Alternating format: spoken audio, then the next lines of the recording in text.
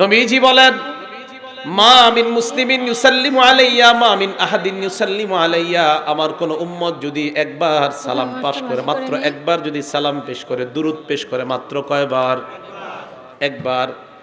আল্লাহ নবী বলেন, পেশ করার সাথে সাথে যেই মাত্র তুমি দুরূদ পড়লা, ইল্লা রাদ্দাল্লাহু আলাইয়া রূহি হাত্তা আরুদ্দা আলাইহিস সালাম, আমার উম্মত সালাম পৌঁছানোর সাথে সাথে আল্লাহ আমার রূহটাকে এমন ভাবে তৈরি করে দেয়, ওই বান্দা ওই উম্মতের সালামের জবাব আমি নবীর সাথে সাথে দিয়ে দেই।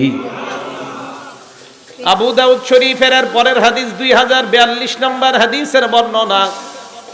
عن أبي هريرة رضي الله تعالى عنه قال قال رسول الله صلى الله عليه وسلم, আল্লাহ নবী বলেন, লা তাজআলু বুয়ুতাকুম কুবুরা, তোমরা তোমাদের ঘরগুলোকে কবরস্থান বানাও না।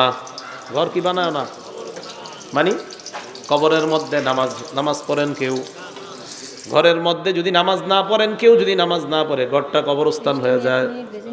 লা তাজআলু বুয়ুতাকুম কুবুরা, তোমরা তোমাদের ঘরগুলোকে কবরস্থান বানাও না।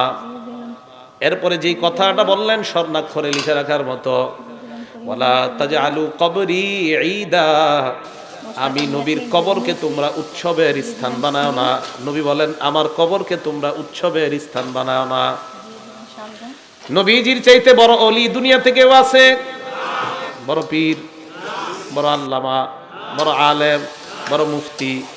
নবী বলেন, আমার কবরকে তোমরা উৎসবের স্থান বানাও না। অতএব আমার নবীর কবরকে উৎসবের স্থান বানানো জায়েজ নাই। অতএব কোন পীর মাশায়েখের কবরে যারা উৎসবের স্থান বানায় মেলা বসায়, বুঝতে হবে ওই পীর আর মুরিদ সবাই ভণ্ড। শাহজালাল রহমতুল্লাহ আল্লাহর ওলি, ওনার এই কবরের সামনে যেই সমস্ত আবেগীরা আপনার উৎসবের জায়গা বানায়, মেলা বসায়, নবীজি বললেন, আমার কবরকে উৎসবের স্থান বানাও না। তো ওনার কবরের চেয়ে দামি কবর কি আর দুনিয়াতে আছে? শাহজালাল রহমতুল্লাহ আলাইহি কত বড় আল্লাহর ওলি, শাহপরান কত বড় আল্লাহর ওলি। এই শবে বরাত সামনে, এই রাতকে কেন্দ্র করে দেখবেন এই কবরগুলাতে কি পরিমাণ আপনার ইসলাম বহির্ভূত কর্মকাণ্ড হয়। আল্লাহ